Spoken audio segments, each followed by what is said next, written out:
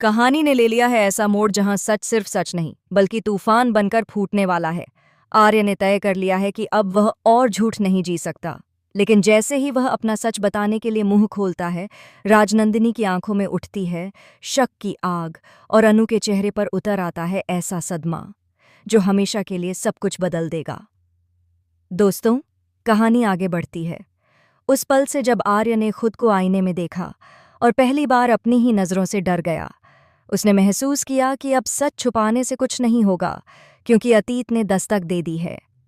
अनु की तबीयत खराब होने के बाद से आर्य का चैन, सुकून और नींद सब कुछ गायब हो चुका है। उसके दिल में बस एक ही डर है, कहीं अनु को सब कुछ याद ना आ जाए। उसे वो पल याद है जब अनु की धड़कनों ने तेज होकर जैसे राजनंदिनी का नाम पुकारा था। आर्य समझ चुका है कि अब उसका अतीत, राजनंदिनी और उसका झूठ सब मिलकर उसकी किस्मत का फैसला करने वाले हैं।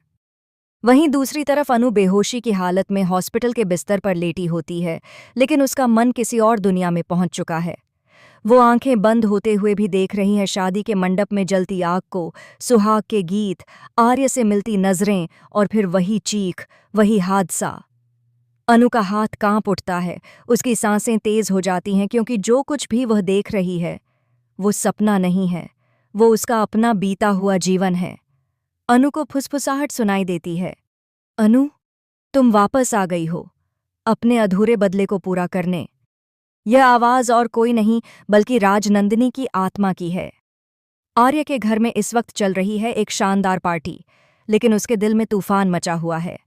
वह सब मेहमानों के सामने मुस्कुरा तो रहा है, लेकिन उसके माथे पर साफ दिख रहा है डर का पसीना। तभी उसका फोन बजता है।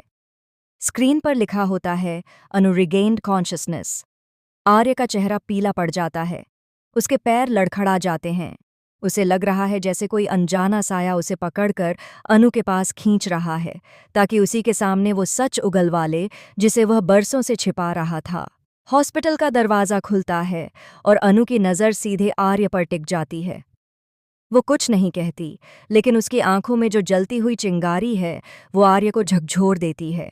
अनु की आंखों में पहली बार डर नहीं बल्कि राजनंदिनी का वही जुनून और प्रतिशोध झलक रहा होता है। आर्य ने सोचा था कि अनु को कुछ याद नहीं होगा और वह अपने नए झूठ से उसे फिर फंसा लेगा, लेकिन यहाँ परिस्थिति उलट चुकी है। अनु चुपचाप उठती है और बिना कुछ कहे आर्य के सामने खड़ी हो जाती है। उसकी सांसें शांत हैं, आवाज़ धीमी है, लेकिन उसमें छिपा तूफान आर्य का दिल दहला देता है। अनु बिन कुछ कहे बाहर की ओर चल देती है और सीधा पहुंच जाती है आर्य के मेंशन के गेट पर। गार्ड रोकता है तो अनु बस इतना कहती है, मुझे आर्यवर्धन ने बुलाया है। गार्ड चौंक जाता है, क्योंकि यह लहजा, यह ठहराव बिल्कुल वही है जो राजनंदिनी में देखा जाता था। जैसे ही अनु घर में प्रवेश करती है, हवाओं का रुख बदल जाता है। वहां मौजूद हर चीज, हर कोना, हर दीवार जैसे अनु को पहचानने लगती है। वह सीधे उस हॉल में कदम रखती है जहां दीवार पर टंगी है आर्य और राजनंदिनी की शादी की तस्वीर।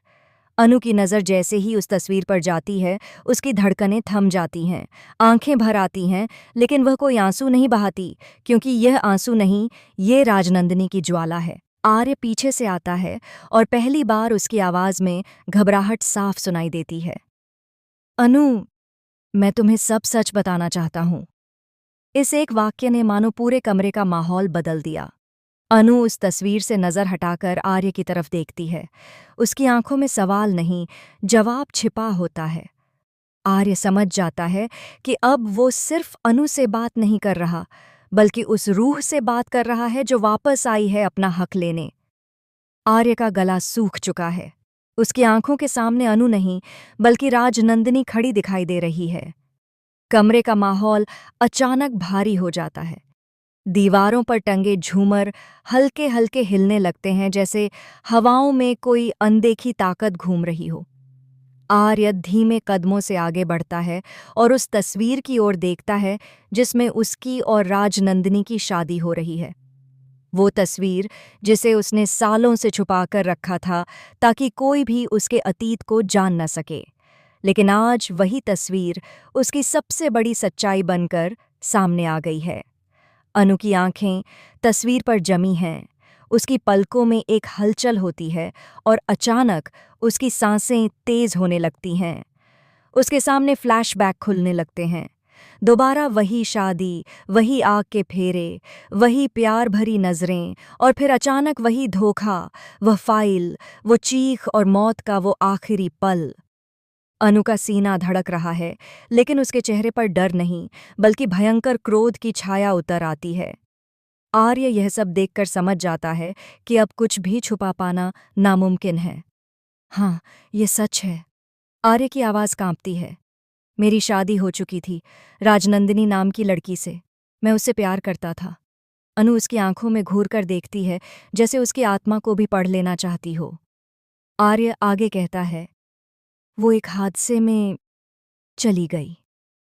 पर जैसे ही वह झूठ बोलता है, अनु की आंखों में तेज चमक उठती है। वह साफ साफ देख सकती है कि आर्य कुछ छुपा रहा है। अनु धीरे से बोलती है, आवाज धीमी पर नुकीली।